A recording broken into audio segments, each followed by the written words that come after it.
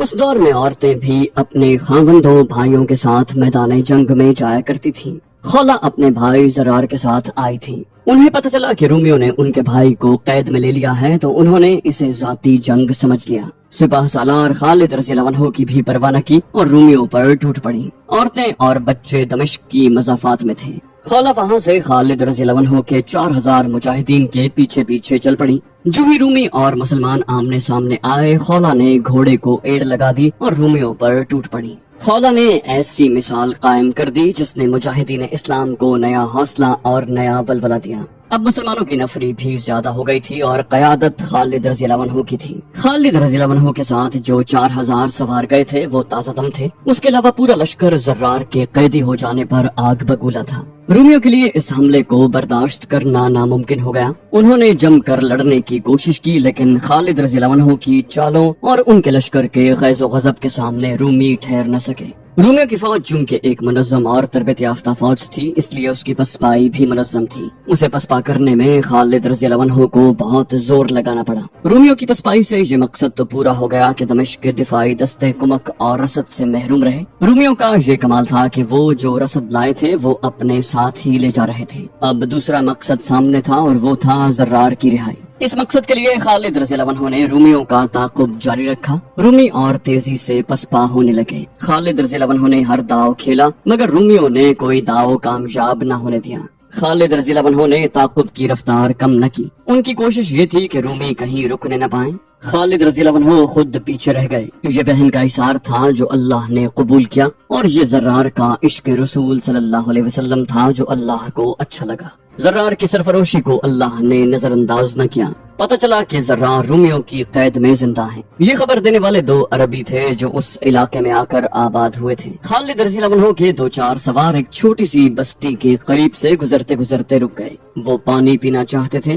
بستی کے لوگ اس خیال سے خوفزدہ ہو گئے کہ یہ فاتح فوج کے آدمی ہیں، اس لیے یہ لوٹ مار کریں گے اور جوان لڑکیوں پر ہاتھ ڈالیں گے۔ آبادی میں ہڑبونگ سی مچ گئی۔ 2 آدمی مسلمان سواروں کے پاس آئے۔ انہوں نے سواروں سے کہا، ہم بھی عربی باشندے ہیں، ہم مسلمان نہیں تو پھر بھی عرب کی مٹی کا واسطہ دے کر کہتے ہیں کہ ہماری خاطر اس بستی پر ہاتھ نہ اٹھائیں۔ ایک مسلمان سوار نے کہا، تم نہ کہتے تو بھی ہم اس بستی کی طرف دیکھنا گوارا نہ کرتے۔ ان لوگوں سے کہو کہ ہم سے نہ ڈریں، ہم تم سب کے محافظ ہیں، ہم پانی پی کر چلے جائیں گے۔ دونوں عربوں نے بستی کے لوگوں سے کہا کہ وہ ڈرے نہیں اور اپنے گھروں میں رہیں۔ ان عربوں نے سواروں کو اور ان کے گھوڑوں کو پانی پلایا اور اس دوران وہ سواروں کے ساتھ باتیں بھی کرتے رہے۔ باتوں باتوں میں ان عربوں نے سواروں کو بتایا کہ ایک گھوڑے پر رومیوں نے ایک آدمی کو باندھ رکھا تھا۔ اس کا سر ننگا تھا اور اس کی قمیض بھی نہیں تھی اور اس کے ایک بازو پر پٹیاں بندھی ہوئی تھی۔ ایک عرب نے بتایا، اسے انہوں نے یہاں پانی پلانے کے لیے روکا تھا، وہ تمہارا ساتھی معلوم ہوتا تھا۔ مسلمان سواروں کو شک نہ رہا، یہ زرار تھے۔ سواروں نے ان عربوں سے مزید معلومات لیں۔ زرار کے ساتھ تقریباً 100 رومی تھے۔ وہ رومی لشکر کی پسپائی سے بہت پہلے وہاں سے گزرے تھے اور وہ حمص کی طرف جا رہے تھے۔ مسلمان سواروں نے اپنے ایک ساتھی سے کہا کہ وہ پیچھے جا کر سپہ سالار کو زرار بن ازور کے متعلق یہ اطلاع دے۔ خالد رضی اللہ عنہ نے یہ خبر سن کر کہا، الحمدللہ، زرار زندہ ہے اور وہ زندہ رہے گا۔ انہوں نے اسے قتل کرنا ہوتا تو کر چکے ہوتے۔ وہ اسے اپنے بادشاہ کے پاس لے جا رہے ہیں، ابن عمیرہ کو بلاؤ۔ رافع بن عمیرہ آئے تو خالد رضی اللہ عنہ نے انہیں زرار کے متعلق جو اطلاع ملی تھی پوری سنا کر کہا کہ وہ 100 سوار چن لیں جو جان پر کھیلنے والے شہ سوار ہوں۔ انہیں ساتھ لے کر حمص کی طرف ایک ایسا راستہ اختیار کریں جو راستہ نہ ہو۔ مطلب یہ تھا کہ راستہ چھوٹا کر کے حمص کی طرف جائیں اور ان 100 رومیوں کو روکیں اور ابن ازور کو رہا کروائیں۔ رافع جب سواروں کا انتخاب کر رہے تھے تو زرار کی بہن کو پتہ چل گیا کہ رافع زرار کو آزاد کروانے جا رہے ہیں۔ وہ رافع کے پاس دوڑی گئیں اور کہنے لگیں کہ وہ بھی ان کے ساتھ جائیں گی۔ رافع نے کہا، نہیں بنت الازور، خدا کی قسم جو کام ہمارا ہے وہ ہم ایک عورت سے نہیں کروائیں گے۔ تجھے تیرا بھائی چاہیے وہ تمہیں مل جائے گا، نہیں ملے گا تو ہم بھی واپس نہیں آئیں گے۔ خولہ نے کہا، میں اگر سپہ سالار سے اجازت لے لوں؟ رافع نے کہا، ابن ولید تجھے اجازت نہیں دیں گے الازور کی بیٹی۔ خولہ مایوس ہو گئی۔ رافع چنے ہوئے 100 سواروں کے ساتھ بڑی عجلت سے روانہ ہو گئے۔ انہوں نے حمص کی طرف جانے والے راستے کا اندازہ کر لیا تھا۔ وہ اس راستے سے دور دور تیز رفتار سے گھوڑے دوڑاتے گئے۔ وہ زیادہ دور نہیں گئے ہوں گے کہ ایک طرف سے ایک گھوڑا سرپٹ دوڑتا آ رہا تھا۔ وہ رومی نہیں ہو سکتا تھا، رومی ہوتا تو اکیلا نہ ہوتا۔ وہ خالد رضی اللہ عنہ کا قاصد ہو سکتا تھا، کوئی نیا حکم لایا ہوگا۔ وہ قریب آ گیا تو اس کا سبز امامہ اور چہرے پر کپڑے کا نقاب تھا۔ سوار نے للکار کر کہا، ابن عمیرہ، اپنے بھائی کو آزاد کروانے کے لیے میں آ گئی ہوں۔ رافع نے پوچھا، کیا سپاہ سالار نے تجھے اجازت دے دی ہے؟ خولہ بنت الازور نے کہا، اپنے بھائی کو قید سے چھڑانے کے لیے مجھے کسی کی اجازت کی ضرورت نہیں۔ اگر تو مجھے اپنے سواروں میں شامل نہیں ہونے دے گا تو میں اکیلی آگے جاؤں گی۔ رافع نے کہا، خدا کی قسم بنت الازور، میں تجھے اکیلا نہیں چھوڑوں گا، آ ہمارے ساتھ چل۔ یہ جوان سال عورت ساتھ چل پڑی۔ 100 رومی سوار زرار بن الازور کو گھوڑے پر اس حالت میں بٹھائے لے جا رہے تھے کہ ان کے ہاتھ رسیوں سے بندھے ہوئے تھے اور پاؤں اس طرح بندھے ہوئے تھے کہ گھوڑے کے پیٹ کے نیچے سے رسی گزار کر دونوں ٹخنوں سے بندھی ہوئی تھی۔ رومی ان پر پھپتیاں کستے اور ان کا مذاق اڑاتے تھے۔ زرار چپ چاپ سنتے جا رہے تھے۔ ایک جگہ راستہ نشیب میں چلا جاتا تھا، اس کے دائیں بائیں علاقہ کھڈوں کا تھا۔ جب رومی اس نشیب میں سے گزر رہے تھے تو اچانک دائیں بائیں آگے اور پیچھے سے رافع کے سواروں نے ان پر حلہ بول دیا۔ رومیوں کے لیے یہ حملہ غیر متوقع تھا۔ وہ اس طرح جا رہے تھے جیسے میلے پر جا رہے ہوں۔ زرار کی بہن خولہ نے اپنے بھائی کو دیکھا تو اس نے رومیوں پر اس طرح حملے شروع کر دیے جس طرح وہ پوری رومی فوج پر کر چکی تھی۔ رافع بھی ایسے ہی جوش میں تھے۔ ان کے سوار ہزاروں میں سے چنے ہوئے تھے۔ انہوں نے رومیوں کا ایسا برا حال کر دیا کہ ان میں سے جو مرے نہیں یا زخمی نہیں ہوئے تھے بھاگ اٹھے۔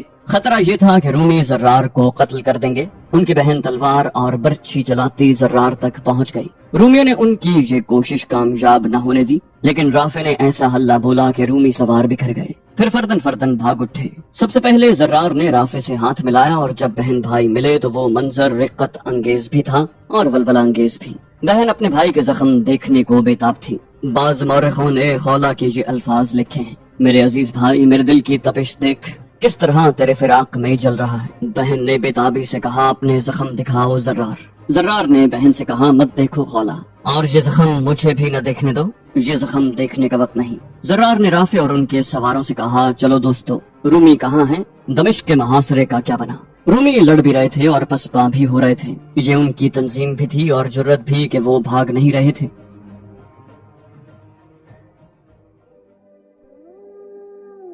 ایک ایسی جگہ آ گئی جس کے دونوں طرف چٹانیں اور کچھ بلند ٹیکریاں تھیں۔ رومی لشکر کو سکڑنا پڑا۔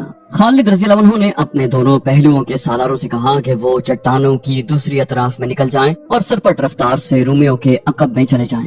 رومی نہ دیکھ سکے کہ چٹانوں کے پیچھے سے ان پر کیا آفت ٹوٹنے والی ہے۔ خالد رضی اللہ عنہ نے تعقب کی رفتار کم کر دی۔ رومی سمجھے ہوں گے کہ مسلمان تھک گئے ہیں، انہوں نے پسپائی روک لی۔ خالد رضی اللہ عنہ نے اپنے دستوں کو روک لیا۔ اچانک عقب سے رومیوں پر قیامت ٹوٹ پڑی۔ سامنے سے خالد رضی اللہ عنہ نے شدید حملہ کر دیا۔ رومیوں کی یہ حالت ہو گئی کہ وہ گھوڑوں کو چٹانوں اور ٹیکریوں پر چڑھا لے گئے اور دوسری طرف اتر کر بھاگنے لگے۔ توقع یہ تھی کہ رومی رسد وغیرہ کا جو ذخیرہ ساتھ لا رہے تھے وہ مسلمانوں کے ہاتھ آ جائے گا، لیکن رومیوں نے گھوڑا گاڑیوں اور اونٹوں کو پہلے ہی ہمس روانہ کر دیا تھا۔ ہمس کی طرف جانے والی رہ گزر پر رومیوں کی لاشیں بکھری ہوئی تھیں۔ زخمی تڑپ اور کر رہے تھے، ان کے گھوڑے ادھر ادھر آوارہ پھر رہے تھے۔ مجاہدین نے حکم ملتے ہی اپنے ساتھیوں کی لاشیں اور زخمیوں کو اٹھانا، زخمی اور مرے ہوئے رومیوں کے ہتھیاروں کو اکٹھا اور ان کے گھوڑوں کو پکڑنا شروع کر دیا۔ خالد رضی اللہ عنہ نے کہا، کاش میرے پیچھے دمشق نہ ہوتا، میں دشمن کے ایک آدمی کو بھی دمشق تک پہنچنے نہ دیتا۔ خالد رضی اللہ عنہ نے تعقب ترک کر دیا، لیکن اس خطرے کے پیش نظر کہ رومی کہیں اکٹھے یا ہم سے کمک منگوا کر واپس نہ آ جائیں، اپنے ایک سالار سمت بن الاسود کو بلایا۔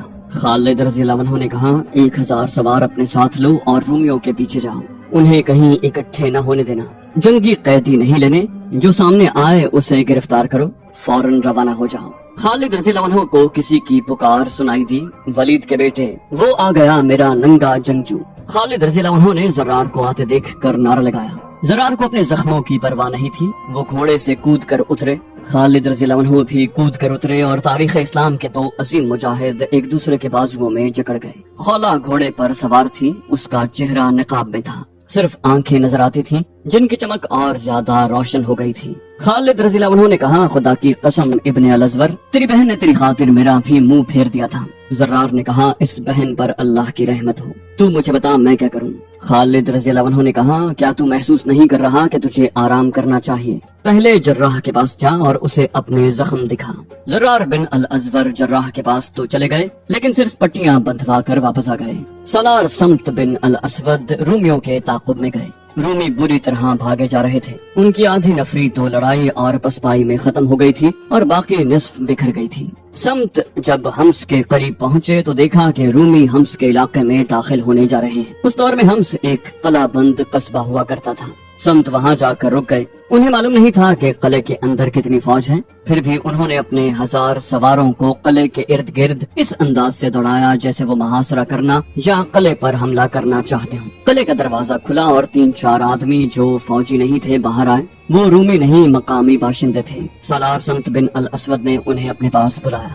سمت نے پوچھا کیوں آئے ہو؟ ایک نے کہا امن اور دوستی کا پیغام لے کر آئے ہیں۔ رومی مزید لڑائی نہیں چاہتے۔ سمت نے پوچھا کیا تمہارا شہنشاہ ہرقل بھی مزید لڑائی نہیں چاہتا؟ ہمس کے ایک شہری نے کہا ہم شہنشاہ روم کی ترجمانی نہیں کر سکتے، ہم یہ پیغام لائے ہیں کہ ہمس والے نہیں لڑنا چاہتے۔ آپ جس قدر سامان خورد و نوش چاہتے ہیں ہم سے لے لیں، آپ جتنے دن بھی یہاں قیام کرنا چاہتے ہیں کریں، آپ کی فوج اور گھوڑوں کو خوراک ہم مہیا کریں گے۔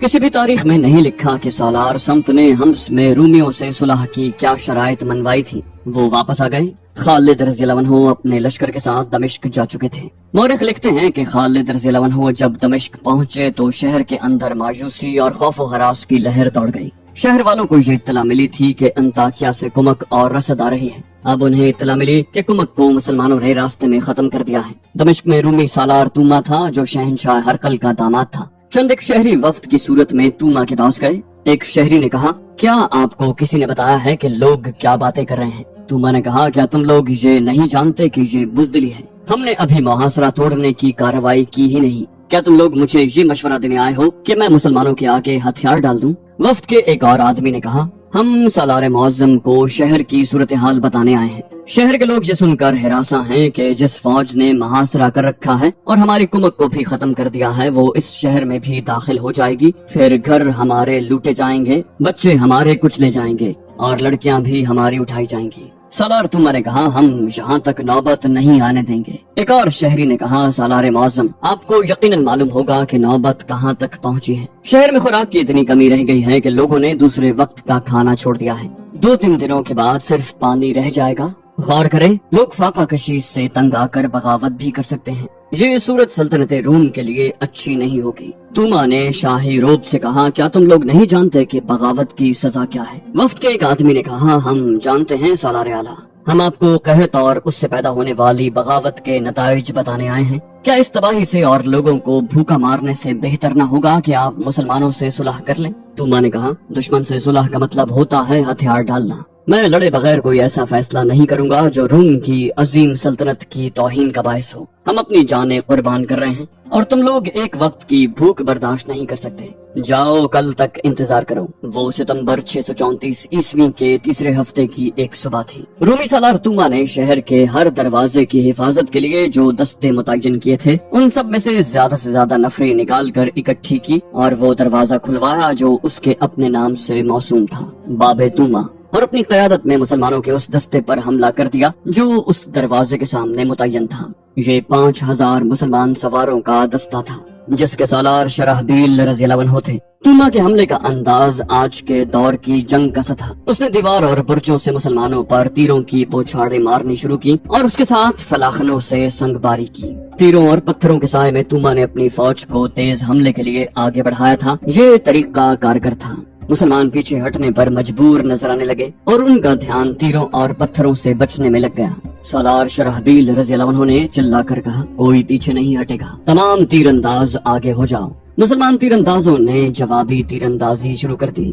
رومیوں کے پتھر اور تیر چونکہ اوپر سے آ رہے تھے اور زیادہ بھی تھے اس لیے مسلمانوں کا نقصان زیادہ ہو رہا تھا۔ پہلی بوچھاڑوں میں کئی مسلمان شہید ہو گئے۔ ان کے تیروں نے رومیوں کا کچھ نقصان کیا لیکن یہ مسلمانوں کے مقابلے میں کم تھا۔ مورخ واقعی تبری اور ابو سعید نے ایک واقعہ بیان کیا ہے۔ رومی تیروں سے شہید ہونے والوں میں ایک مجاہد ابان بن سعید بھی تھے جن کا پورا نام ابان بن سعید بن العاص تھا۔ فوراً ہی ابان کی شہادت کی خبر پیچھے ان خیموں تک پہنچ گئی جن میں مسلمان خواتین اور بچے تھے۔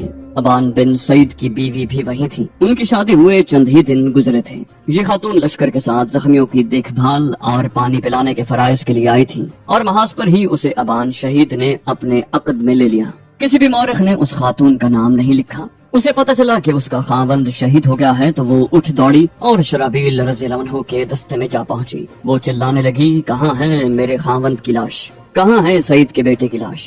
5000 گھڑ سواروں میں جن پر تیر اور پتھر برس رہے تھے، ابان بن سعید شہید کی بیوی دوڑتی اور شہید کی لاش کا پوچھتی پھرتی تھی۔ کسی نے اسے پیچھے جانے کو کہا اور یہ بھی کہ اس کے خاوند کی لاش اس کے پاس بھیج دی جائے گی، لیکن وہ تو صدمے سے دماغی توازن کھو بیٹھی۔ کسی نے اسے وہ جگہ دکھا دی جہاں ابان کی لاش پڑی تھی۔ ابھی لاشیں نہیں اٹھائی جا سکتی تھی۔ ابان تیر انداز تھے، ان کے جسم میں 3 تیر اترے ہوئے تھے اور وہ گھوڑے سے گر پڑے تھے۔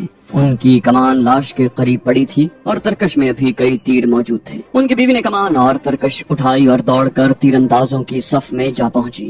سامنے دیوار پر ایک پادری کھڑا تھا، اس کے ہاتھ میں ایک بڑے سائز کی سلیب تھی جو اس نے اوپر کر رکھی تھی۔ یہ اس دور کا رواج تھا کہ سلیب فوج کے ساتھ رکھتے تھے تاکہ فوج کا یہ احساس زندہ رہے کہ وہ سلیب کی ناموس کی خاطر لڑ رہے ہیں۔ ابان شہید کی بیوہ اپنے تیر اندازوں سے آگے نکل گئی، اس کے قریب تیر گرنے اور زمین میں اترنے لگے۔ اپنے تیر اندازوں نے اسے پیچھے آنے کو کہا لیکن وہ کسی کی سن نہیں رہی تھی۔ اس کی بے خوفی خولہ بنت الازور جیسی تھی۔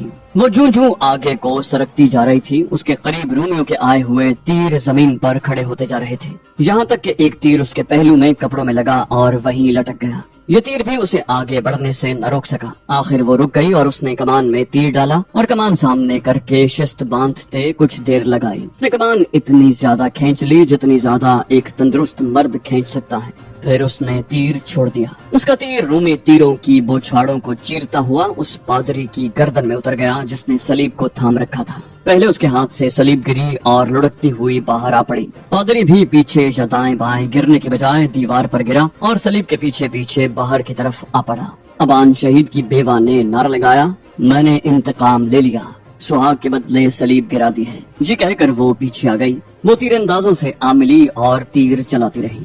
سلیب اور پادری کے گرنے کا اثر مسلمانوں پر یہ ہوا کہ ان کا حوصلہ بڑھ گیا، اور ان کا حوصلہ اس لیے بھی بڑھا کہ یہ تیر ایک عورت نے چلایا تھا۔ سلیب کے گرنے کا اثر جو رومیوں پر ہوا وہ ان کے لڑنے کے جذبے کے لیے اچھا نہ تھا۔ باب توما کھل چکا تھا۔ توما نے دیکھ لیا تھا کہ اس کی تیر اندازی اور سنگباری نے مسلمانوں کی حالت کمزور کر دی ہے۔ اس نے حملے کا حکم دے دیا۔ عجیب بات یہ ہے کہ اس نے سواروں کے مقابلے میں سوار نہ نکالے، ان پیادوں سے حملہ کروایا اور کمان خود باہر آ کر کی۔ وہ سپاہیوں کی طرح لڑ رہا تھا۔ مورخ واقدی اور بلازری نے لکھا ہے کہ توما کی آواز ایسی تھی جیسے اونٹ بدمستی کی حالت میں بڑی بلند اور غصیلی آوازیں نکالتا ہے۔ شرابیل رضی اللہ عنہ نے بڑی تیزی سے اپنے سواروں کو آمنے سامنے کی لڑائی کی ترتیب میں کر لیا۔ توما نے یہ چال چلی کہ اپنے دستوں کو پھیلا دیا۔ اس کی فوج کی تعداد مسلمانوں کی نسبت زیادہ تھی۔ اس کے پیادے سواروں کا مقابلہ بڑی بے جگری اور مہارت سے کر رہے تھے۔ شہر کے دوسرے دروازوں کے سامنے مسلمانوں کے جو دستے متعین تھے وہ اس وجہ سے شرابیل رضی اللہ عنہ کی مدد کو نہیں آ رہے تھے کہ ایسا ہی حملہ دوسرے دروازوں سے بھی ہو سکتا تھا۔ توما گرج اور دھاڑ رہا تھا۔ اسے مسلمانوں کا پرچم نظر آ گیا۔ اس کا مطلب یہ تھا کہ مسلمانوں کا سالار وہاں ہے۔ وہ سیدھا ادھر آیا۔ شرابیل رضی اللہ عنہ نے اسے دیکھ لیا اور تلوار سونت کر اس کے مقابلے کے لیے تیار ہو گئے۔ دونوں نے ایک دوسرے کو للکارا۔ ان میں 10-12 قدم فاصلہ رہ گیا ہوگا کہ ایک تیر توما کی دائیں آنکھ میں اتر گیا۔ اس نے ہاتھ اس آنکھ پر رکھ لیے اور وہ بیٹھ گیا۔ شرابیل رضی اللہ عنہ نے آگے بڑھ کر اس پر حملہ نہ کیا۔ توما کے محافظوں نے اس کے گرد حصار بنا لیا، پھر اسے اٹھا کر لے گئے۔ مورخوں نے متفقہ طور پر لکھا ہے کہ وہ تیر ابان بن سعید کی بیوی نے چلایا تھا۔ اپنے سالار کے گرنے سے رومیوں کا حوصلہ بھی گر پڑا اور وہ پیچھے ہٹنے لگے۔ شرابیل رضی اللہ عنہ کے پہلوؤں والے تیر اندازوں نے تیروں کی بوچھاڑیں مارنی شروع کر دی۔ رومی تیزی سے پیچھے ہٹے اور قلعے کے دروازوں میں غائب ہوتے چلے گئے، اور پیچھے جو لاشیں چھوڑ گئے ان کا کوئی حساب نہ تھا۔ مسلمانوں نے نعرے لگانے شروع کر دیے، رومیوں کا سپاہ سالار مارا گیا، ہم رومیوں کے قاتل ہیں، رومی سالار کو ایک عورت نے مار ڈالا ہے، توما رومی کو اندھا کر کے مارا ہے، باہر آؤ رومیوں، اپنی سلیب اور پادری کو اٹھا لے جاؤ۔ دیوار پر کھڑے رومی یہ نعرے سن رہے تھے اور یہ نعرے شہر کے اندر بھی سنائی دے رہے تھے۔ یہ نعرے رومی فوج اور دمشق کے شہریوں کے حوصلے اور جذبے کے لیے تیروں کی طرح مہلک تھے۔ مسلمانوں کا جانی نقصان بھی کچھ کم نہیں تھا۔ بہت سے مجاہدین رومیوں کے تیروں سے اور پتھروں سے شہید اور زخمی بھی ہوئے۔ تو دوستو یہ تھی ہماری آج کی ایپیسوڈ۔ امید کرتے ہیں آپ کو ہماری ایپیسوڈ پسند آئی ہوگی۔ جانے سے پہلے اس ویڈیو کو لائک، شیئر اور کامنٹ کرنا مت بھولیے، اور اگر آپ ہمارے چینل پر نئے ہیں تو اسے سبسکرائب کیجیے اور بیل آئیکن پر کلک کیجیے تاکہ آپ کو تمام ویڈیوز فوراً ملتی رہیں۔ اگلی ویڈیو تک کے لیے اپنا خیال رکھیے۔ اللہ حافظ۔